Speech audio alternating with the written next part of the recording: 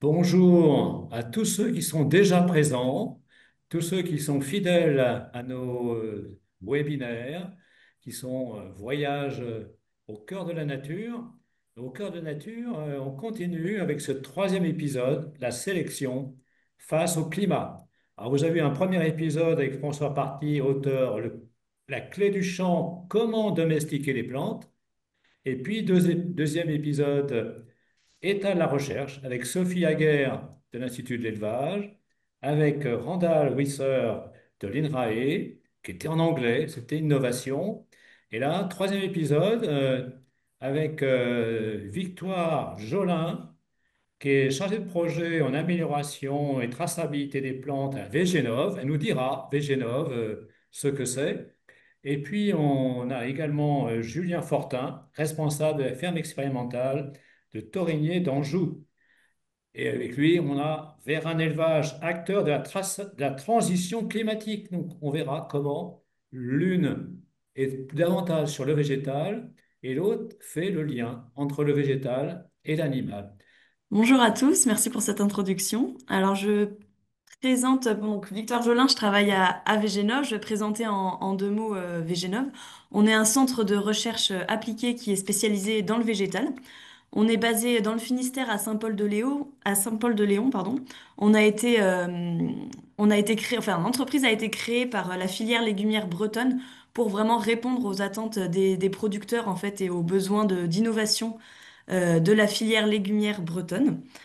Ensuite, voilà, on a élargi nos compétences, mais vraiment la création et aujourd'hui, on répond toujours aux besoins de la filière. Et donc, on travaille en recherche sur des thématiques comme les bioressources, donc avec des biostimulants, les tests de biostimulants de produits de biocontrôle. On accompagne aussi les sélectionneurs en création variétale avec toutes les biotechnologies qui peuvent les aider aux différentes étapes des schémas de sélection. Et on peut travailler aussi sur des thématiques de cosmétiques, etc. Donc on a trois grands axes de recherche, c'est l'amélioration et la traçabilité des plantes, la santé des plantes et la qualité des produits. Pour ces trois axes de recherche, on va avoir différents équipements disponibles et différents laboratoires. On a un laboratoire de biologie moléculaire. On a quatre salles de culture in vitro, voilà, pour toute la biologie cellulaire et qui répond aux besoins aussi du laboratoire de biologie cellulaire. Et on a aussi donc des compartiments de culture. On a 1500 mètres carrés de serre et 12 chambres de culture qui nous permettent de contrôler les conditions de culture de nos plus ou moins en fonction du degré dont on a besoin de contrôle sur nos cultures. On a également un laboratoire d'analyse sensorielle et un laboratoire de biochimie. Voilà, donc on est vraiment dans de la recherche pour répondre aux besoins voilà, soit de santé des plantes avec les développements de produits, soit pour la sélection, accompagner les sélectionneurs. Alors maintenant, je vais vous présenter un petit peu une approche donc, de la sélection face au climat. Pour ça, j'avais envie de recontextualiser un peu enfin, quelques éléments de la sélection. Donc, tout d'abord, on parle, voilà, le travail du sélectionneur, ça va être d'améliorer les variétés sur différents caractères avec des critères de sélection. Alors, en tant que consommateur, on voit surtout les critères voilà, de consommation. Par exemple, je vais souvent prendre l'exemple, je pense, du chou-fleur qui nous concerne beaucoup ici en Bretagne. Donc, on veut toujours un chou-fleur le plus blanc possible. Mais au-delà des critères voilà, de consommation finale, il y a aussi le goût, évidemment, qui va être sélectionné. Mais il y a aussi tous les critères de production, d'itinéraire culturel et aussi d'environnement. Et tous ces caractères vont interagir entre eux. Donc, voilà, c'était pour représenter un peu la complexité que peut avoir l'ensemble des critères de sélection pour le sélectionneur. Ensuite, au-delà donc des différents critères que le sélectionneur doit avoir en tête dans l'amélioration des variétés, il y a aussi des volumes importants à gérer. Donc là, je les représente un exemple d'un schéma de sélection classique, on va dire, qui démarre avec deux lignées parentales. Ces deux lignées peuvent présenter des caractères d'intérêt pour la création d'une nouvelle variété qu'on voudrait combiner dans une et même plante. Donc pour ça, on va croiser ces lignées parentales. On obtient, si les lignées sont bien fixées, on obtient un hybride F1 qui va être homogène. Et cet hybride F1 va contenir donc tous les allèles des deux parents. Et quand on va donc l'autoféconder, donc le croiser avec lui-même, on va obtenir une génération F2 en dessous qui va exploser un peu toute la diversité des deux lignées parentales initiales en recombinant tous les caractères entre eux de manière aléatoire. Donc à ce niveau-là de génération F2, le travail du sélectionneur, c'est dans le nom, ça va être de sélectionner justement les plantes d'intérêt mais sur un volume voilà, très important. Donc pour ça, le sélectionneur va avoir besoin d'outils aussi qui vont l'aider à cibler plus rapidement et de manière plus efficace les plantes, ou après ça peut être d'autres. Enfin là, moi je parle du végétal, donc je vais parler de plantes, mais ça pourrait être pareil pour des animaux.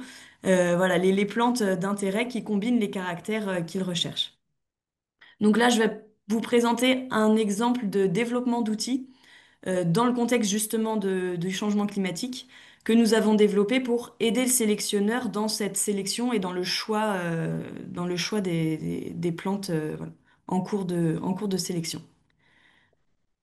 Donc ce développement d'outils, il s'est fait dans un grand projet, ça s'appelait ClimateVeg. Certains d'entre vous en ont peut-être déjà entendu parler. C'était un très gros projet qui présentait plus de 80, enfin environ 80 partenaires. Il y avait en tout 24 tâches, donc sous-projets au sein de ce méta-projet. Nous, donc à VGnov, on a piloté une des tâches, c'était la tâche 2.4. Donc c'était un projet financé par les régions Bretagne et Pays de la Loire.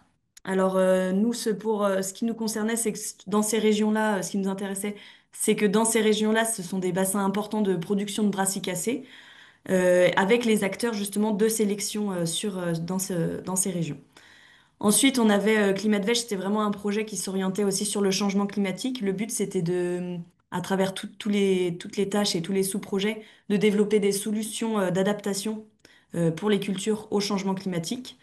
Donc, nous, sur la partie changement climatique, on s'est intéressé au fait qu'il y aurait de plus en plus de périodes de sécheresse et de fortes pluies. Et ce qui nous intéressait également, c'est que c'est le système racinaire, parce qu'aujourd'hui, c'est un système, le système racinaire est difficile d'accès, il est donc très peu étudié, et c'est un caractère qui est encore très peu, euh, voilà, qui est très peu sélectionné dans la sélection, qui est pas intégré encore au schéma de sélection.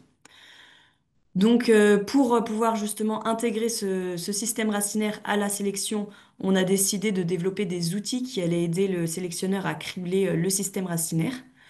Par rapport au changement climatique, on a décidé de s'orienter pour démarrer, pour une première approche, on a décidé de s'intéresser à la sécheresse, sachant que évidemment les inondations seront et sont aussi un problème, mais voilà, on a fait le choix de s'orienter pour démarrer sur la sécheresse. Et enfin, on a choisi d'étudier l'espèce du chou-fleur, qui est une espèce très cultivée en Bretagne notamment. Et, euh, et voilà, on avait des sélectionneurs chou-fleur présents sur les régions Bretagne et Pays de la Loire.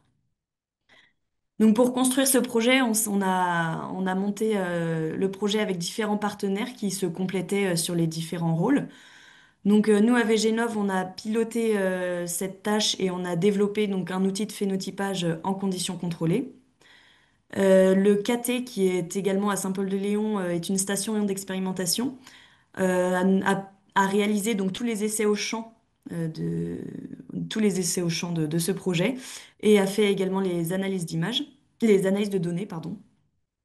Et donc ensuite, il y avait les sélectionneurs, OBS Innovation, HM Close, Villemorin, Mikado, qui nous ont permis qui nous ont apporté le matériel génétique, les semences, et qui ont également réalisé des essais au champ. Et enfin, il y avait également l'INRA et l'Institut Agro dans ce projet qui ont développé également un outil de phénotypage en conditions semi-contrôlées et qui ont développé toute une partie d'analyse d'images sur les essais. Donc nos objectifs, c'était déjà de caractériser le système racinaire du chou-fleur, parce que c'était la première approche, un peu la première fois qu'on commençait à observer ce système, et en parallèle de mettre au point les systèmes d'évaluation justement pour le noter.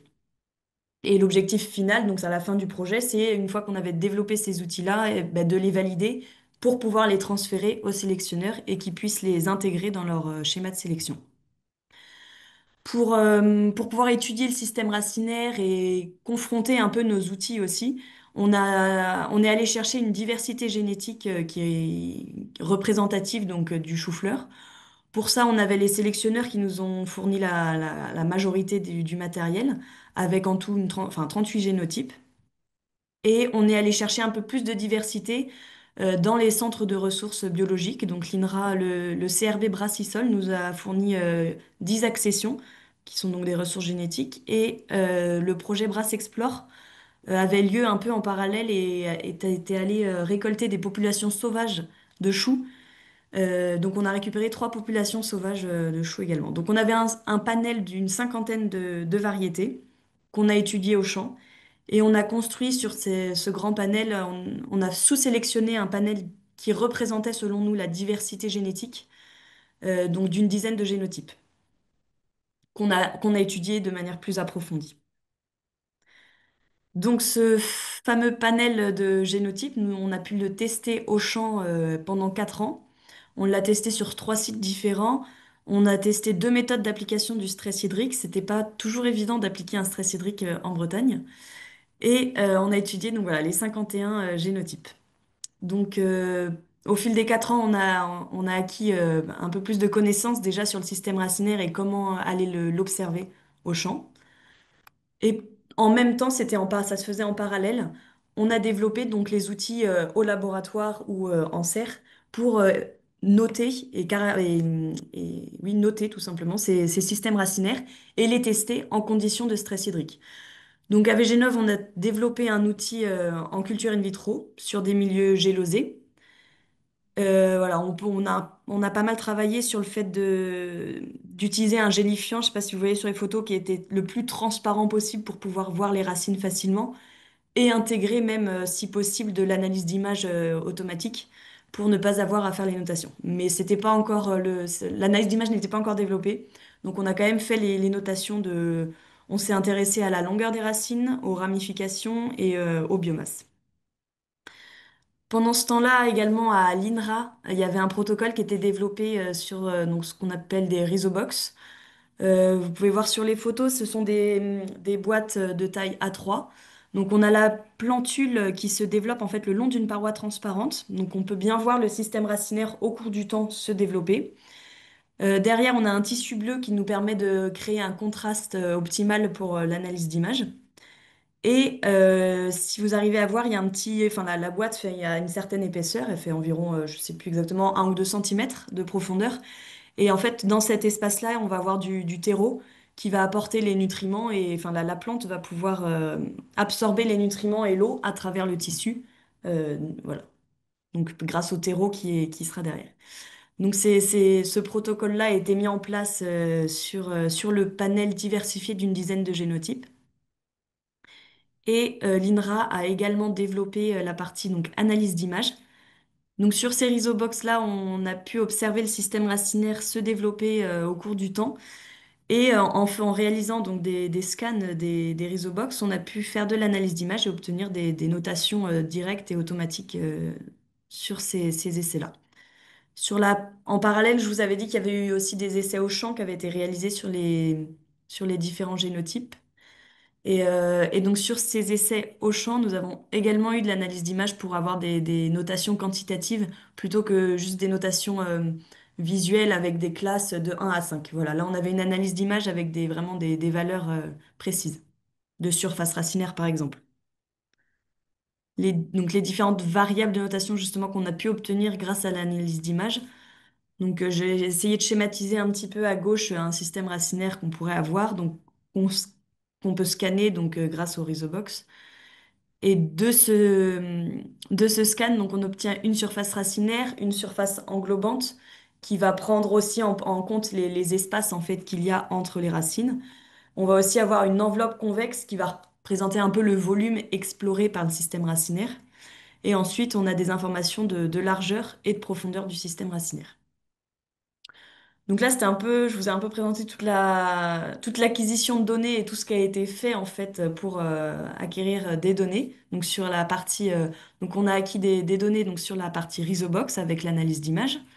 On a acquis des données de notation sur notre protocole en culture in vitro et on avait des données donc sur la partie au champ.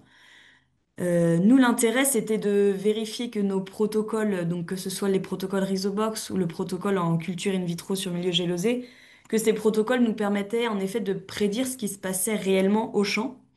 Et donc pour ça, on a bien fait attention à mettre des variétés identiques en fait dans ces différents essais pour pouvoir essayer de corréler les comportements de ces variétés entre les différents niveaux d'études.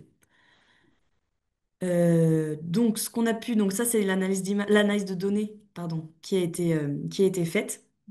Et donc on a pu mettre, dans les résultats, on a pu montrer une corrélation. Donc on a étudié la perte de, je précise, au champ, les variétés étaient soumises ou non à un stress.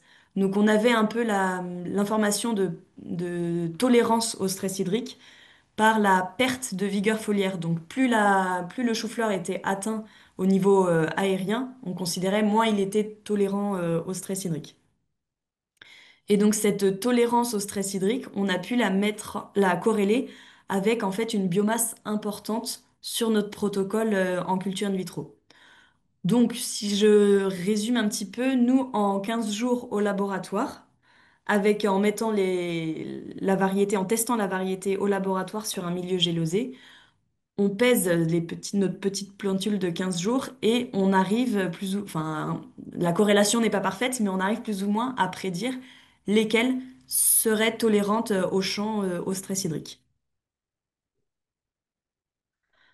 Donc, en résumé sur le projet ClimateVeg, on a pu donc développer un outil qui permettrait aux sélectionneurs sur des stades assez précoces, en 15 jours, on pourrait apporter une première réponse en leur disant, eh bien déjà, celles-ci, elles seront pas du tout tolérantes au champ et celles-ci, il y a beaucoup plus de chances qu'elles résistent à un stress hydrique. Donc l'objectif maintenant, là, c'est une première approche, un premier développement.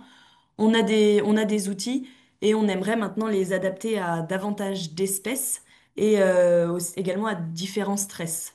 Pour pouvoir continuer, ben, l'idée c'est toujours d'adapter les variétés au changement climatique et donc à des stress auxquels ils vont être confrontés. Donc là, on avait testé la sécheresse. Ce qui nous intéresserait, ce serait de continuer de tester maintenant le stress d'inondation, le stress de chaud, le stress de froid, voilà, et faire la part des choses entre chaque stress et sur différentes espèces. Voilà pour le bilan climat de Vège. Euh, je voulais vous présenter maintenant différents d'autres outils, d'autres exemples qu'on peut utiliser en fait pour accompagner les sélectionneurs et les aider en fait à continuer de sélectionner, à continuer d'adapter pardon les variétés au changement climatique. Donc c'est un autre exemple qui se base ici sur de l'analyse de pollen. Il y a une technologie, donc la technologie Emphasis qui permet de faire le tri en fait entre les grains de pollen viables et non viables grâce à leurs propriétés électriques. Donc on voit sur le graphe à droite la distinction entre les pollens morts à gauche et les pollens vivants à droite, ce qui nous permet d'estimer un pourcentage de viabilité de pollen. Donc cette donnée-là, elle peut nous servir. Donc ici, c'est un exemple du projet Saint-Paul qui a été financé par l'Institut Carnot. Donc on a mis des tomates, en fait des plants de tomates, on les a stressées avec du chaud. Donc il y avait trois applications de stress différentes qu'on voit sur le tableau en haut à droite. Et en fonction du stress appliqué, on peut regarder donc sur le graphe à gauche le pourcentage de viabilité de pollen. Et on voit bien en fait que qu'en stressant les plantes, le pollen est beaucoup moins viable.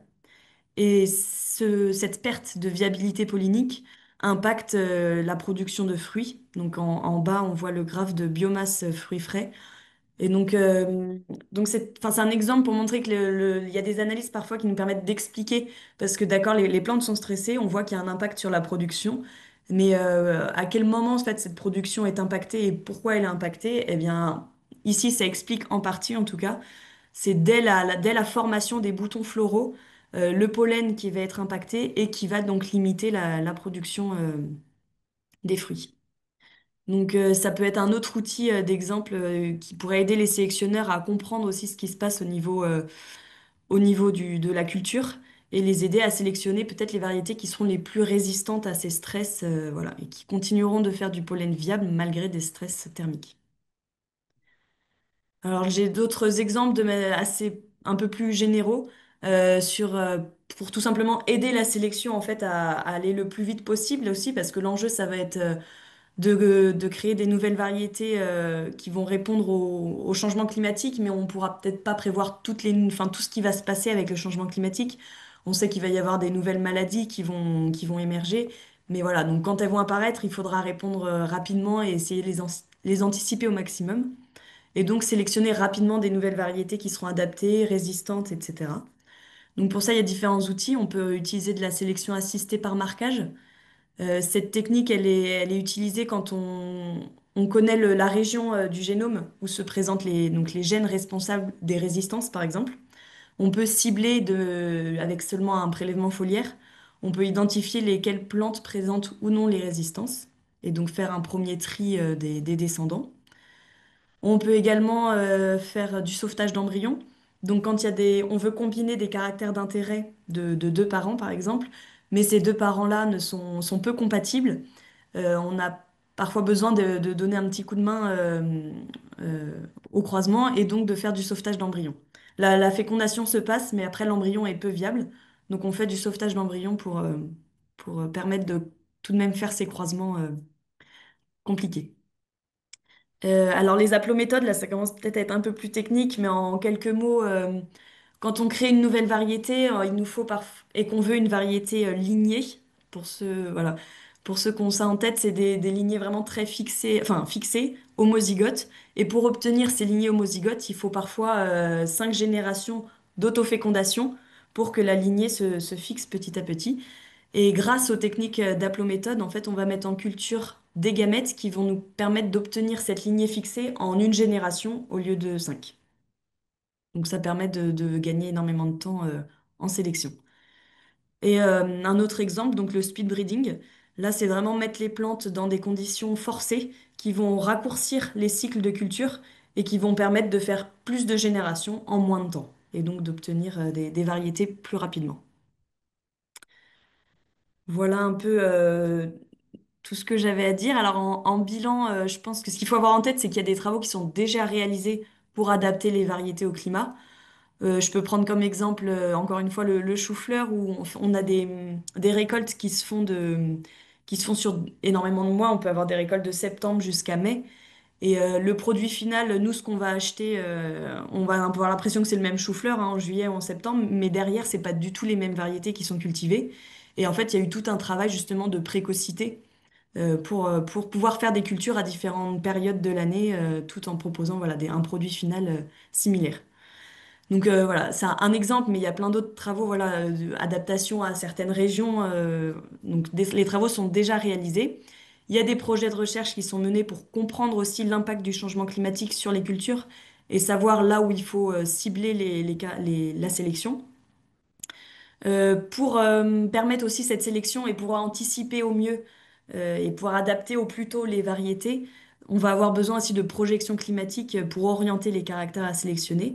Mais ça, c'est des recherches qui sont également faites. Dans le projet Climat de Veille, il y avait également une partie voilà, d'études du climat. Et enfin, voilà, il faut profiter des nouveaux outils aussi qu'on a à disposition. Je sais que François Parcy a pas mal parlé des NBT.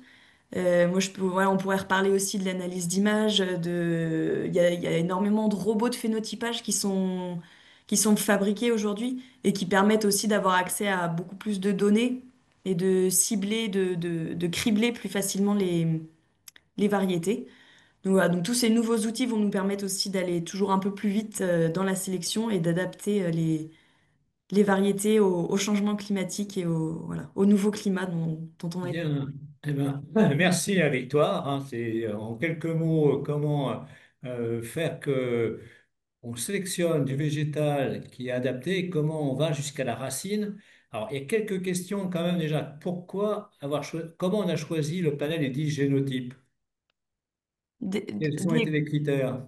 pour la dizaine de génotypes, Oui, alors bah, du coup on a pris tous les caractères qu'on avait notés. Alors il y avait la vigueur foliaire, il y a la vigueur racinaire, pardon, déjà la quantité de racines en fait qu'on avait. On a essayé d'en prendre qui avaient très peu de racines et d'autres qui avaient énormément de racines. On s'est rendu compte aussi qu'on avait une diversité sur un caractère qu'on a nommé chevelu, c'est la présence de petites racines fines.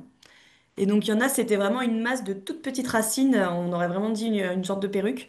Et d'autres, c'était des grosses racines un peu plus costauds. Donc, on a essayé, pareil, de prendre des choses assez diversifiées sur ce caractère-là. Et voilà, en fait, on a combiné un peu tous nos notations. On a essayé de prendre les extrêmes à chaque fois pour sélectionner cette dizaine de génotypes. Alors, il y a quelqu'un, c'est Christophe Pinard, qui dit, est-ce que vous auriez pu introduire des modalités permettant l'adaptation telles que l'agroforesterie intracellulaire, intraparcellaire, pardon.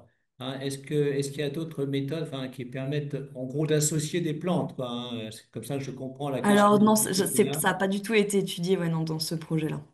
Voilà. Et une autre question que peut-on penser aussi à décaler les cultures pour réduire les stress? Vous l'avez un peu dit avec l'étalement des variétés Oui, selon la précocité. C'est ce que vous avez dit tout à l'heure. c'est tout à fait le cas. Et en effet, là, on s'est intéressé justement aux variétés précoces parce que c'est celles qui vont être le plus confrontées à la sécheresse automnale. Mais, euh, mais oui, bien sûr, on peut décaler les cultures et ce sera aussi un travail de sélection de décaler les périodes de culture. Oui, en effet. Alors, vous avez parlé racines. Je trouve que c'est intéressant quand même qu'on ait expérimentation montrant l'importance, hein, des racines. Mais le microbiote, parce que vous avez parlé aussi de ce qui entoure, etc., l'influence du microbiote, vous y avez pensé, vous avez travaillé? On y a pensé, mais là, on l'a pas étudié dans ce projet-là. Mais bien sûr que ça a un impact, c'est certain, et ce sera un sujet très intéressant à approfondir. Là, pour l'instant, en fait, on n'avait encore aucune notion de l'architecture du système racinaire du chou-fleur. Enfin, aucune idée. On avait déjà arraché un ou deux choux-fleurs, mais bon, à part ça, pas grand-chose. Donc, oui, pour une poursuite de recherche, ce serait, c'est sûr, des idées à approfondir. D'accord, ben écoutez, je crois qu'on va remercier Victoire parce que vraiment intéressant et puis on voit que ça nous fait appeler cette réflexion sur le racinaire, hein, et vraiment, vraiment merci. Alors, on va passer des racines au végétal, c'était déjà le cas, hein, avec Julien Fortin et du végétal, lui, à l'animal. Allez, Julien, je rappelle, hein, qui est responsable de la ferme expérimentale de Torigné d'Anjou.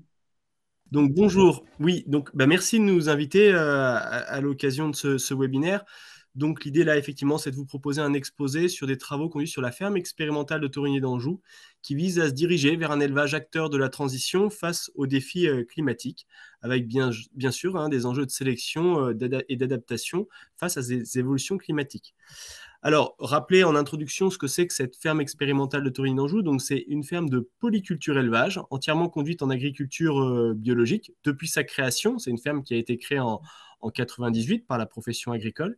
Elle est située en Anjou, à côté d'Angers, et on y conduit des travaux de recherche du sol à l'animal avec un troupeau de vaches allaitantes, donc un troupeau de ruminants. À notre disposition, en fait, nous avons 145 hectares de SAU et on considère que notre outil de production, c'est vraiment ce sol. Le bovin n'étant qu'entre guillemets qu'un intermédiaire qui est en mesure de valoriser la biomasse permise par la production de ces 145 hectares.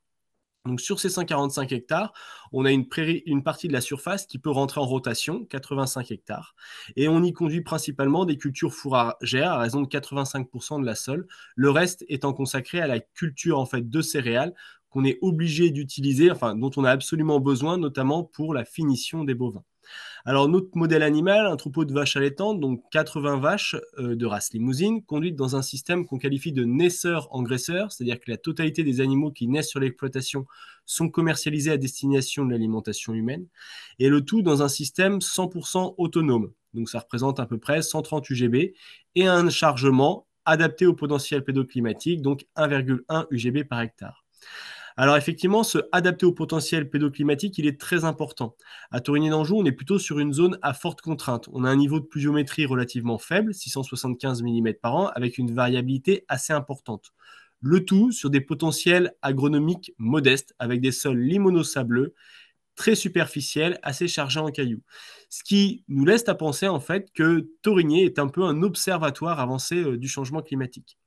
Donc sur cette structure, nous avons trois métiers, hein. Le premier, c'est de faire de la recherche appliquée à l'échelle de la base de données, des essais analytiques sur des petites parcelles ou des lots de bovins. Le deuxième métier, c'est un système de démonstration, en fait, qu'on qualifie un peu de prototype, qui va s'enrichir des acquis issus des travaux de recherche faits en amont. Voilà. Et enfin, un outil de communication et de formation à travers des temps comme ce webinaire, mais aussi beaucoup de formations en face à face avec des groupes d'étudiants, éleveurs, chercheurs qui se déplacent sur la ferme pour s'approprier les travaux qui y sont conduits. Alors, en termes de constat, ben, on essaye toujours de se projeter quand on fait de la recherche appliquée, et on a repris une phrase de Serge Jacquat, enfin un constat de Serge Jacquat, qui est agroclimatologue, qui nous a dit en 2022, ça sera le climat moyen des Pays de la Loire en 2050. Donc nous, dans une logique de prospection, en fait, c'est toujours intéressant pour nous d'aller voir plus loin et de trouver des solutions pour répondre aux contraintes auxquelles qu'on subira d'ici là.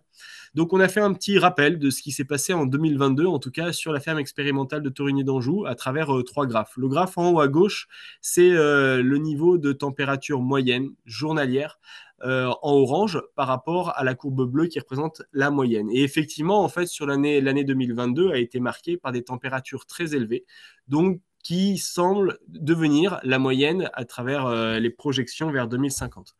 À titre d'information, il faut savoir qu'en 2025, nous avons encore vécu une année encore plus chaude que celle observée en 2022. Alors en parallèle de ces pics des chaleurs, on a le deuxième graphe que vous avez à droite, c'est une réduction significative de la pluviométrie. En tout cas, nous, c'est ce que nous avons constaté, avec une réduction moyenne de 37% sur l'année, mais une réduction mesurée à moins 50% à partir dès la fin juin. Et en fait, dans un système de polyculture élevage, en fait, très sensible à l'aléa de sécheresse, la grande majorité des stocks pour nourrir les animaux sont faits avant le mois de juin. Et du coup, quand on a un déficit hydrique de l'ordre de 50%, vous pouvez imaginer les conséquences derrière. Les conséquences derrière, on les illustre à travers le dernier graphe qu'on vous propose en dessous, avec la courbe de pousse de l'herbe. Vous avez en ordonnée sur l'axe la dynamique de pousse de l'herbe, et puis sur l'axe des abscisses, c'est le temps. Et bien là, en bleu, c'est la courbe de pousse de l'herbe moyenne qu'on a entre 2009 et 2020 sur la ferme, qu'on a comparé à celle de 2022, et donc une pousse de l'herbe qui baisse de 32% en moyenne, principalement due aux effets de chaleur sur la fin de printemps qui pénalisent fortement cette dynamique. Toujours au niveau des constats, les enjeux ils sont assez important au niveau de l'élevage. On a un enjeu d'adaptation au changement climatique. On vient de voir ce qui pouvait en être en termes d'impact. Voilà. On a aussi un enjeu d'atténuation des émissions. Effectivement, l'agriculture est responsable de 19% des émissions de gaz à effet de serre au niveau national. Et l'élevage, ça représenterait quand même 60% des émissions de l'agriculture, avec un fort poids, bien sûr, au CH4, au méthane, et légèrement en moindre mesure au protoxyde d'azote et au CO2. En parallèle de cet enjeu d'atténuation, nous avons un enjeu de sobriété énergétique. Donc concrètement, c'est réduire notre dépendance, notamment aux intrants et principalement au fuel, plus globalement aussi à la fabrication d'azote. Alors on va voir qu'à Torigny, nous, dans un système bio, donc on n'est pas concerné par ça, mais c'est tout l'enjeu en fait d'arriver à réduire notre dépendance à ces énergies fossiles. Alors, sur la ferme de Torigny, on a déjà plusieurs acquis. Effectivement, étant une ferme conduite en agriculture biologique, on n'a aucun engrais de synthèse qui est utilisé sur le site depuis de nombreuses années. Aucun aussi produit phytosanitaire. Donc ça va dans le sens d'une biodiversité relativement importante. Et en plus, de par le cahier des charges agriculture biologique, en fait, nous devons tout faire pour maximiser le pâturage dans nos pratiques d'élevage. Donc ça fait partie des, entre guillemets, contraintes imposées par le cahier des charges. Donc les acquis, ils sont nombreux, le tout pour un système efficient, viable et transposable. Donc ça, c'est des travaux qui ont été conduits. On a démontré la faisabilité d'un système complètement autonome et que cette autonomie était permise par une diversité et une complémentation des ressources alimentaires. On a aussi démontré sur les 25 premières années de la ferme de Torigny en fait que le bovin pouvait être un excellent modèle à condition d'avoir une rigueur dans la conduite de ces derniers, notamment sur la maîtrise des phases d'improductivité. Qu'enfin, dans un système naisseur-engraisseur, en fait, on pouvait très bien vivre et que cette rentabilité, elle était largement démontrée à l'échelle du système de production. Alors, si on place ça dans un contexte plus d'actualité, effectivement, on a ces enjeux de changement climatique, de réduction de l'empreinte carbone. En parallèle, on garde en tête aussi des enjeux de souveraineté alimentaire et de viabilité et de transmissibilité des outils. Et par rapport à ça, en fait, la ferme, elle a 2 missions. C'est ce que vous avez dans l'encadré en bas. Arriver à produire des itinéraires techniques fiables et éprouvés qui répondent à ces enjeux. Et le tout de proposer en fait une mise en œuvre cohérente de tous ces leviers dans un système qu'on peut qualifier de robuste, transposable et viable. Et par rapport à ça, nous avons formulé des hypothèses d'adaptation face au changement climatique qui s'adaptent au regard en fait de la dynamique de pousse de l'herbe que vous avez sur le graphe en bas à droite, qui va être l'élément vraiment central de notre stratégie à mettre en place de manière à assurer l'autonomie du système et sa rentabilité. Donc pour ça, les hypothèses, c'est arriver à privilégier des cultures d'hiver pour que toutes les récoltes soient faites de manière à ne pas subir les épisodes de sécheresse estivale. Avoir des stratégies fourragères de report de stock, maximiser les fourrages et bien sûr le pâturage, maîtriser l'improductivité des animaux, diversifier les ressources par et surtout stimuler la biodiversité, et enfin interroger le modèle animal. Donc voilà les hypothèses qu'on souhaite formuler. Quelle méthodologie nous avons mis en place pour tester ces hypothèses? On l'a fait à travers ce qu'on appelle d'essais analytiques, donc à l'échelle de micro-parcelles ou de lots d'animaux. On a testé des natures de mélange, des itinéraires techniques différents, des rations différentes pour les bovins, et le tout avec des répétitions pour être en pluriannuel, de manière à intégrer en fait toute cette variabilité pédoclimatique que les éleveurs ont au quotidien à gérer. Donc pour ça, ça se caractérise par un nombre assez important de mesures faites sur le site. Et après, au regard des résultats, quand on a une modalité qui nous paraît pertinente d'un point de vue R&D à l'échelle analytique, en fait, on l'a mis en place en vraie grandeur dans le système de production. Et mon exposé va à présent s'articuler autour de ça, en fait, illustrer 7 leviers que nous avons expérimentés, sur lesquels nous avons des résultats analytiques qu'on a mis en place en vraie grandeur dans le système de production, et de regarder l'impact de ces leviers, tant sur des économies de surface, de matières premières, mais aussi d'équivalent CO2. Alors le premier levier que l'on souhaite vous présenter, c'est la notion d'implanter des prairies sous couvert d'associations céréales protéagineux. Dans notre système, la base du bon fonctionnement de ce dernier, c'est qu'il repose sur la prairie. Faut-il encore être en mesure d'avoir des prairies qui soient pérennes et qu'on arrive à les installer et les intégrer dans une rotation? Au regard des évolutions climatiques, nous constatons que la plage entre guillemets traditionnelle d'implantation des prairies qui se situe fin août, début septembre, elle est soumise à un aléa de plus en plus marqué. C'est ce que vous avez tout en haut à gauche de la diapo, en fait, sur ce pas de temps. On a des sécheresses estivales qui sont prolongées, qui font qu'on n'arrive pas à préparer la terre pour avoir un bon lit de semences et proposer de bonnes conditions d'implantation aux prairies. Donc ça, c'est un constat. Donc on ne peut plus implanter des prairies comme on le faisait jusqu'à présent. Donc l'idée pourrait être de décaler l'implantation de prairies. Quand on fait ça, en fait, la prairie est alors soumise aux risques climatiques de l'hiver, avec une prairie faiblement développée et des aléas marqués, certes le froid en moindre mesure, mais surtout des excès d'eau qui peuvent être pénalisants pour cette dernière et qui peuvent favoriser un salissement de la prairie. L'idée là, du coup, ça a été de tester cette notion d'implanter une prairie sous couvert d'une association céréale protéagineux. C'est-à-dire qu'on se met à date du début octobre, en fait, avec un semoir à double caisson ou par 2 passages au moment du semis, on sème une prairie et en même temps une céréale. La prairie en superficielle, la céréale à 2-3 cm de profondeur. Donc nous avons un travail du sol et une préparation de semis pour 2 cultures, donc ce qui représente déjà une économie. Et quand on regarde l'évolution de ces 2 associations végétales, on se rend compte que l'une ne défavorise pas l'autre et inversement en fait. On est gagnant à tous les niveaux. C'est-à-dire qu'à l'échelle du système, si on conduit l'association céréales protéagineuses jusqu'à une récolte en ensilage, en fait, on ne pénalise pas le rendement de cette dernière par rapport à une situation où il n'y aurait pas de prairie. Et si on le pousse même jusqu'à une récolte en grains, jusqu'à la moisson, pareil, la prairie ne vient pas pénaliser l'association céréale au-dessus. Donc à l'échelle du système, en fait, cette notion d'implantation de prairies sous couvert a permis de s'adapter aux évolutions climatiques, réduire le coût de production, réduire les charges de mécanisation et donc les consommations de fuel nécessaires, et le tout en dopant la productivité du système de l'ordre de 3 tonnes de matière sèche par hectare, ce qui représente à l'échelle du système de la ferme, pour un même niveau d'assolement, en fait, un gain de productivité de 36 tonnes de matière sèche. Donc voilà pour ce premier levier. Autre levier, alors d'abord plutôt autour du troupeau. Alors, vous rappelez comment est organisé, nous, le troupeau sur la ferme. Il est organisé avec 2 périodes de vélage. Des vélages dits d'automne, c'est ce que vous avez en vert sur le schéma au milieu de la diapo. Des vélages d'automne en septembre-octobre. Et une deuxième période de vélage en mars-avril, qu'on va appeler des vélages de printemps. Ces vélages groupés résultent en fait d'une phase de reproduction qui est elle aussi bornée sur 2 mois, donc qui va du 15 novembre au 15 janvier pour les vélages dits d'automne et qui va du 15 mai au 15 juillet pour les vélages dits de printemps. Le fait d'avoir cette rigueur sur la phase de reproduction nous permet d'avoir des animaux en fait sur lesquels on maîtrise l'improductivité. C'est-à-dire que si un animal sort de ce cadre, en fait, il se retrouve donc improductif et va plutôt alimenter la filière viande et sort de notre système de production en tant que vache qui produit des veaux.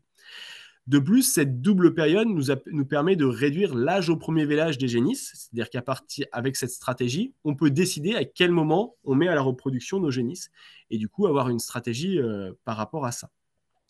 Et enfin, la double période permet d'avoir des animaux à une même date avec des besoins contrastés.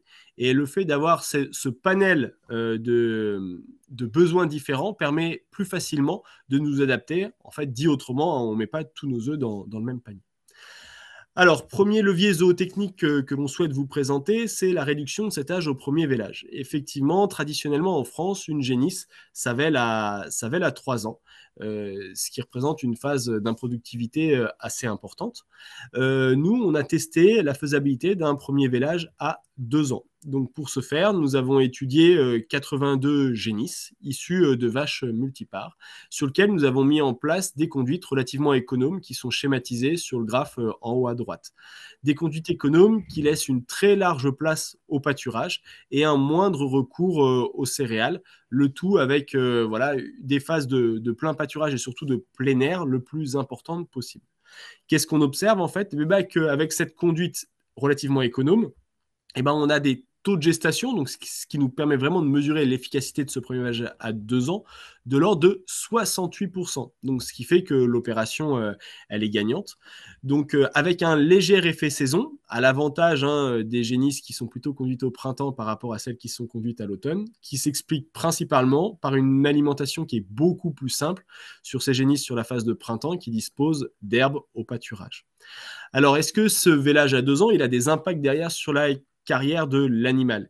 Eh bien non, quand on compare en fait avec notre historique, parce qu'historiquement à Torigny on faisait véler plutôt les génisses à 30 mois, on se rend compte qu'on n'a aucun impact sur les conditions de naissance de ces dernières, les poids de naissance de leurs veaux et les niveaux de mortalité derrière.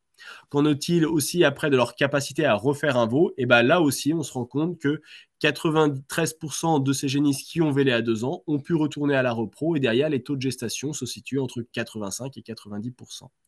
Donc à l'échelle du système de la ferme expérimentale de Torigny d'Anjou, quand on généralise, et c'est ce que nous avons fait, ce vélage à 2 ans sur les génisses, on a fait des économies qui sont notables en fait, 4,5 hectares, vu qu'on élève 6 mois de moins les animaux, sur à peu près une vingtaine d'animaux, ce qui représente aussi une réduction des émissions de méthane de 2,5% à l'avantage du coup du système de production. Autre levier animal que l'on souhaitait vous partager, c'est sur la capacité de nourrir les animaux sur la phase hivernale avec des rations 100% fourrage. Effectivement, nous sommes face à des ruminants, donc ces derniers ont donc la capacité à valoriser des fourrages. Cependant, on se rend compte, c'est que dans la réalité, par simplification ou par commodité, on peut être amené à amener des céréales, des protéagineux, voire des aliments du commerce à ces animaux pour un peu se faciliter le travail d'alimentation sur la phase hivernale. Donc nous, on a travaillé sur nos 2 catégories animales de bovins sur la phase hivernale, de vaches, que sont les vaches fuitées et les vaches gestantes. Donc les vaches fuitées, on a démontré qu'à partir de fourrages relativement diversifiés, que sont l'enrubanage de la luzerne et l'enrubanage d'associations céréales protéagineux, ce sont les données qui sont en violette dans le tableau, on arrive à très bien nourrir les animaux, à avoir de très bonnes performances zootechniques, en tout cas pleinement satisfaire leurs besoins, et que l'impact économique, il est positif à l'échelle du système de production et il est moins utilisateur de surface. Donc des rations 100% fourrage peuvent être largement mises en place à l'échelle du système de production, voire un gros levier d'économie et d'adaptation. Dans le cas de nos vaches gestantes, sur le même pas de temps, les vaches qui vèlent au printemps, donc qui ont des besoins modestes en fait sur cette phase hivernale, là aussi, c'est ce qui est encadré en doré en fait. On a démontré qu'on pouvait se passer, alors moyennant quelques conduites antérieures, qu'on pouvait se passer de complémentation minérale sur ces animaux, mais aussi d'apport de protéagineux qui peut théoriquement, permettent d'équilibrer les rations en protéines de ces derniers.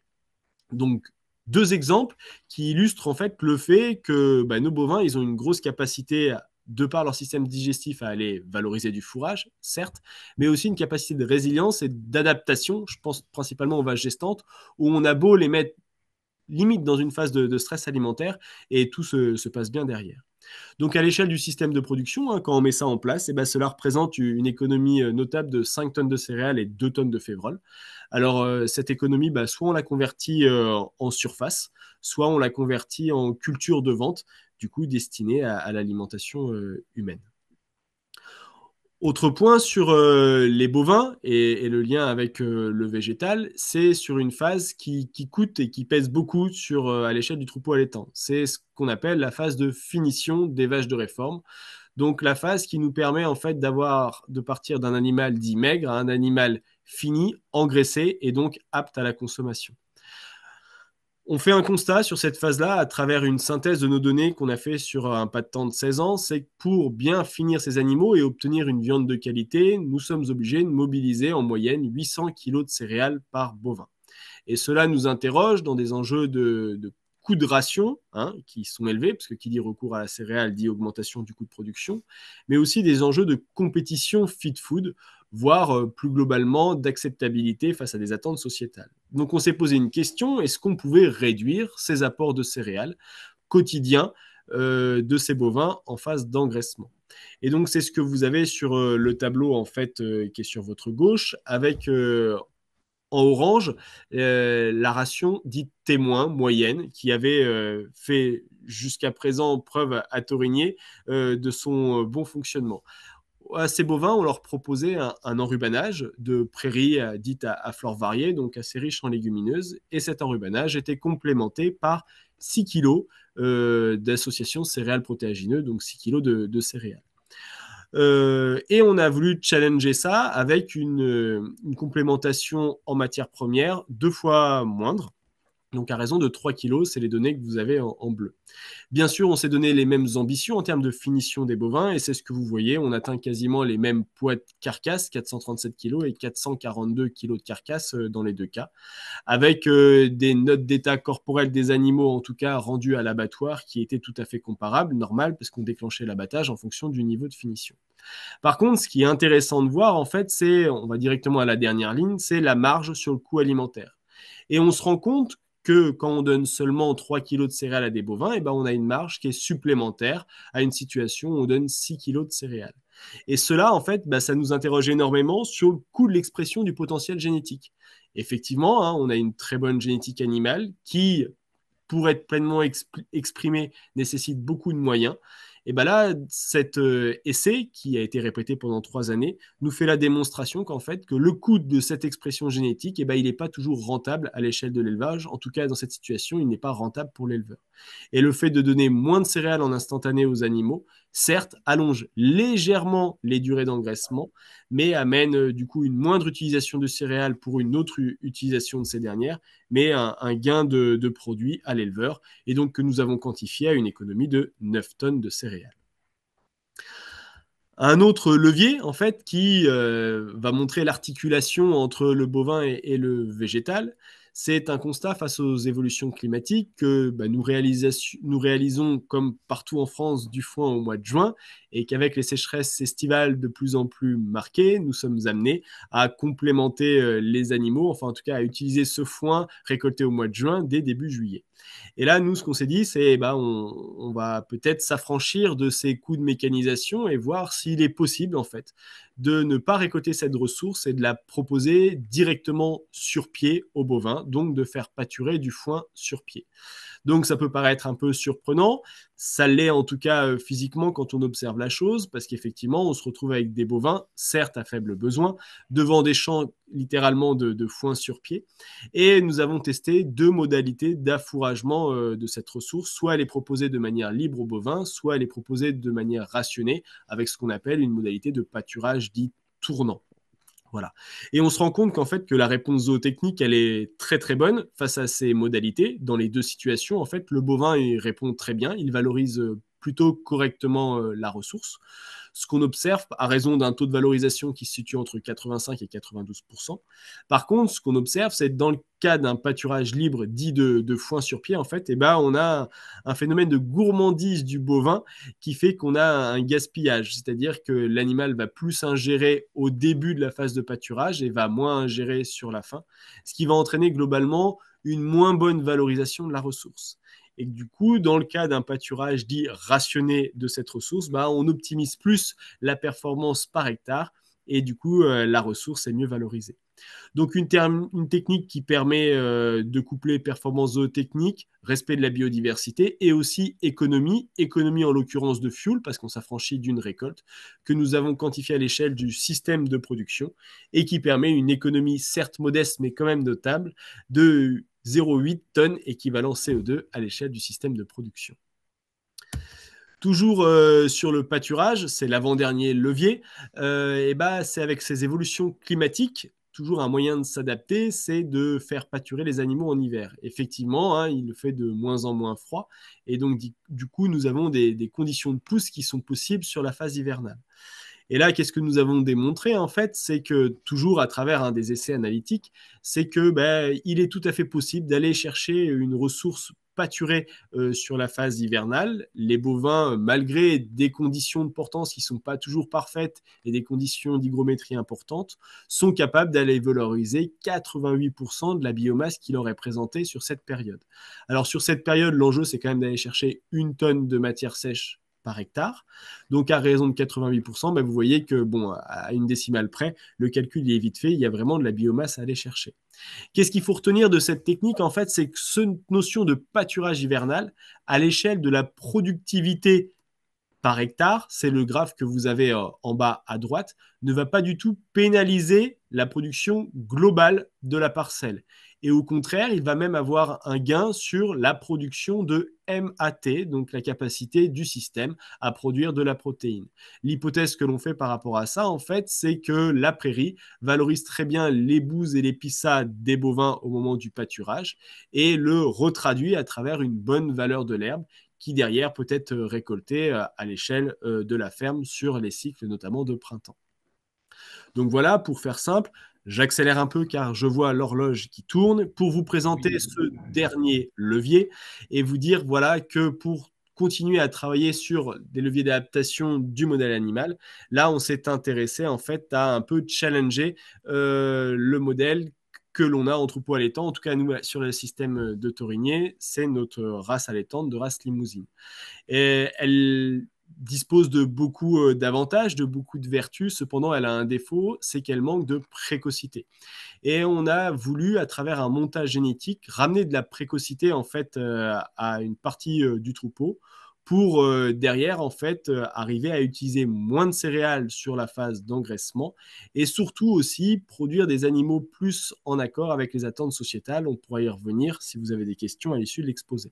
Qu'est-ce qu'il faut retenir en fait de ça? C'est que de travailler sur une notion de croisement, notamment avec un taureau de race Angus à l'échelle de nos systèmes de production, ça nous a amené des gains tant sur la qualité de la viande que aussi sur l'économie du système de production, car on a réussi à mettre en place des itinéraires techniques 100% pâturage, et le tout en faisant la démonstration que nous avions plutôt une approche économique qui était favorable. Voilà. Alors pour conclure le bilan de ces leviers techniques à l'échelle du système de production.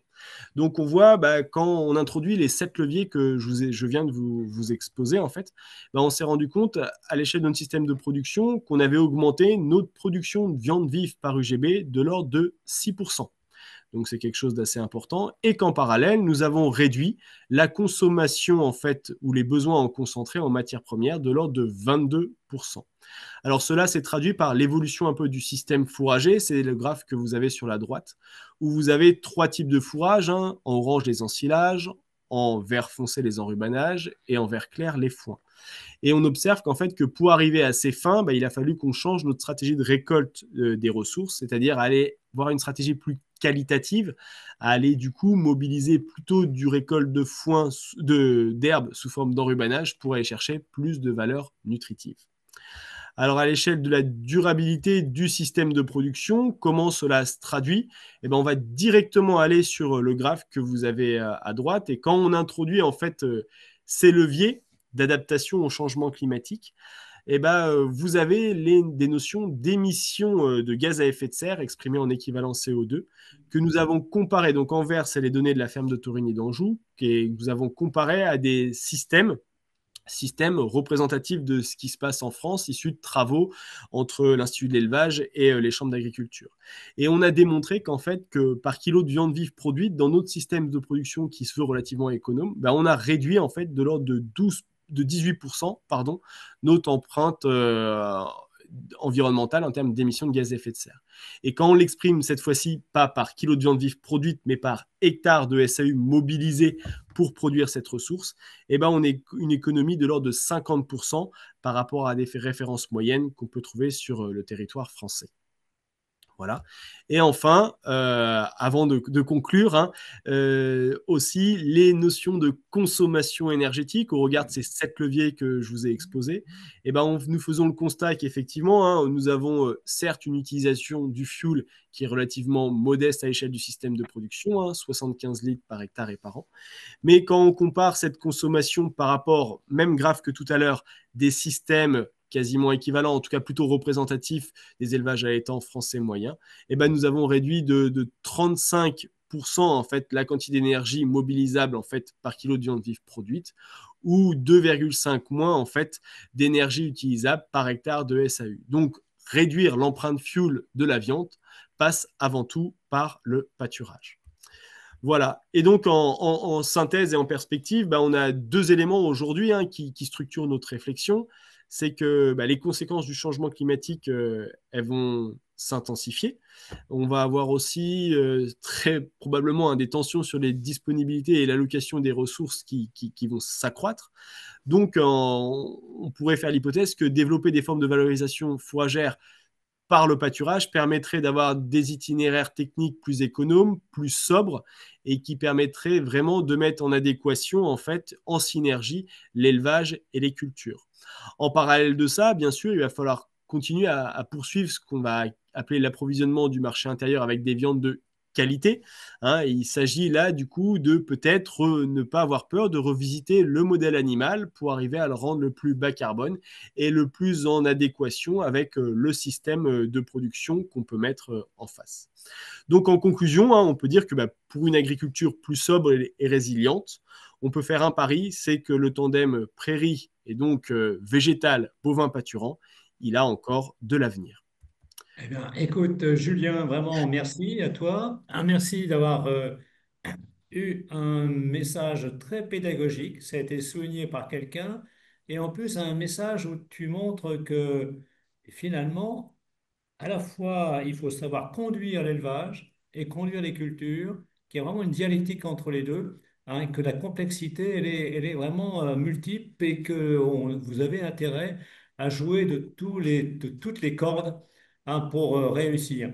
Donc, vraiment, merci. J'ai une question quand même, c'est pourquoi on n'utilise pas des graminées du style sorgho, du style... enfin, vous avez fait des essais de... Oui, Voilà. alors on a encore des travaux qui vont commencer sur le sujet. En fait, l'enjeu dans le contexte pédoclimatique de Torigny et d'Anjou, c'est d'arriver à faire des récoltes absolument avant les épisodes de sécheresse estivale, en considérant que sur les mois de juillet-août, on peut avoir un niveau de pluviométrie de l'ordre de zéro. Donc du coup, voilà, le sorgho sort pas comme la solution la plus évidente par rapport à ça, et on a préféré dans les premiers travaux de recherche travailler sur les associations céréales protéagineux récoltées avant les épisodes de sécheresse estivale. Voilà. D'accord, merci. Mais écoutez, je crois que le temps est compté, hein, on a rempli le contrat. Vous avez vu que deux exemples, hein, l'un en culture légumière avec qu'on connaît dans cette zone de Saint-Paul-de-Léon. Hein. Elle n'a pas parlé de l'artichaut, mais elle aurait pu sans doute en parler aussi, hein, ou l'oignon hein, d'ailleurs. Hein. Mais on a aussi cet exemple d'Anjou, hein, qui montre dans cette zone un peu charnière, hein, comment le climat joue, comment on doit s'adapter et se préparer aux adaptations, quelqu'un a posé la question, mais quand même, on se plaint aujourd'hui des modes de production viande. Eh bien, il y a beaucoup à apprendre de ce que vous faites à Torigny. Je crois qu'il y a un très bel exemple, hein, bon, voilà, je crois qu'on peut applaudir Julien et bien sûr Victoire de vos deux expressions, hein, d'adaptation, et vraiment un grand merci. Alors, on continuera une nouvelle mini-série sur les voyages au cœur du vivant. La fois prochaine, ce sera sur le travail en agriculture et on se retrouvera dans un mois le 18 novembre, avec un confrère d'ailleurs de l'Académie, François Purseigle, qui est sociologue et auteur du livre Une agriculture sans agriculteurs. Bon, il l'a fait avec Bertrand Hervieux, ceux qui connaissent aussi Bertrand Hervieux, hein. Rendez-vous avec François Purseigle le 18 novembre pour cette nouvelle série qui se déroulera 25 novembre et 2 décembre, hein. Et je vous souhaite un bon après-midi, peut-être un bon appétit pour ceux qui n'ont pas encore déjeuné. À bientôt, au revoir.